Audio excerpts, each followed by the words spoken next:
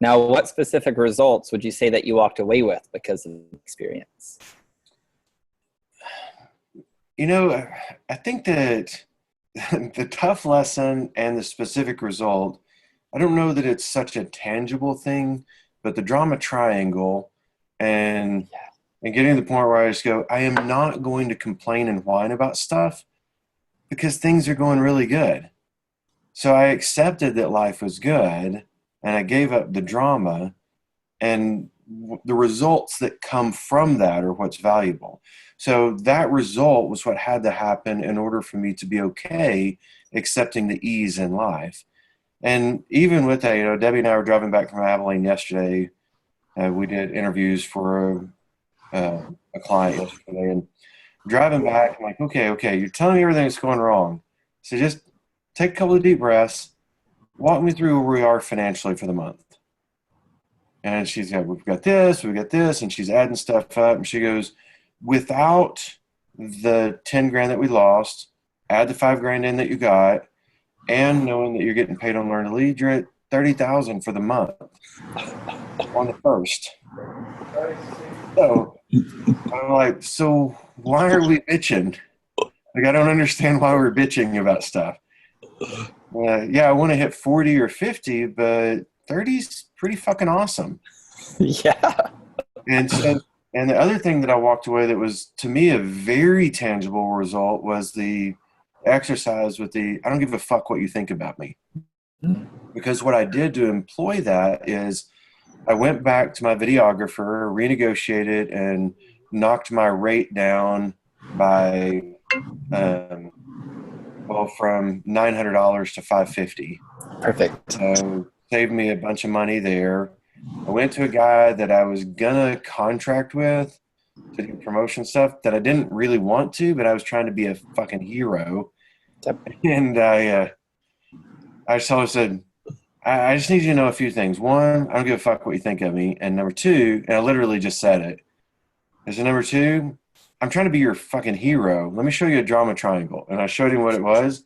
I said, I'm not your hero, and I don't want to be your hero, and I'm not going to hire you because it's fucking pointless. I don't need your help. Yeah. I said, now, I do want you to go be you, and I will give you some help on that, but I'm not doing anything for you. I will guide you. You either do it or you don't. Your choice. I don't give a shit. Yeah. And he went, weird that you say all that. I mean, the fuck part's a little offensive, but everything else, I'm like, I just kept thinking, this is not what I'm supposed to do. Even though I want the money, it's not what I'm supposed to do. I said, good. So everything worked out perfect. So what I did that was tangible is I immediately started dealing with shit. Awesome. And between that and the other, and then I just called a guy that I've been thinking about using as a publicist and told him no. And that's literally between those three, over $20,000 I was going to spend pointlessly. So I feel like I reclaimed the 20,000 over the next year. Yeah. Yeah. So to get you to cancel all of your online technology. Yeah, and I have a new site that's launching that has a really organized way for me to have all my videos and all that kind of stuff. So I do have people in that, so I don't want to screw them over. As soon as I get the new one up, I'll just contact everybody that's in there and say, hey, here's a different way you can access it. I'm taking that down. And I feel good about it. Oh, and the other thing is it gave me peace about another guy that had approached me that builds online content, and he does training. He's a professor for UTPB. And he's like, I'm an expert in Blackboard and I do this, and I want to help you take all your stuff and we're going to build a kingdom for you and da-da-da. And I told him no already before the conference. That it just doesn't seem like me. That's not who I am. I don't think I want to do that. But I had that, God, what am I missing out on? And then once I went through that, I went, I'm not missing out on shit. I'm good. So awesome. Yeah. Love it. Confidence. A lot of confidence. It's really just I got this. Awesome. Now, what we say you're struggling with experience that's no longer a struggle. The biggest one is worrying what people are thinking of me.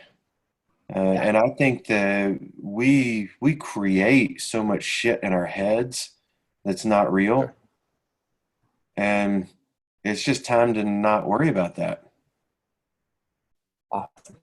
Yeah. Now, would you recommend the event to other people? Yes, and I have already. Awesome. So, Why and would I you think recommend them? there's a lot of people that I know that just they desperately need to find center. And Yeah. finding your center, finding your truth is finding your peace that lets you know I got this. It makes everything in your life work both simple and easy. Awesome. Now, if there's somebody that's kind of sitting on the fence, or like, I don't know if I want to come, what advice would you give them? So I actually talked to Fuller yesterday about it, Mm, and awesome. we were talking about what it meant and all that kind of stuff. And I said, "Hey, oh by the way, I just sold another 2 grand while we're talking." I We just almost got got a that pin text. replaced. I just got a text message. Hey, heads up, January 19th, we're gonna get you for a company-wide meeting.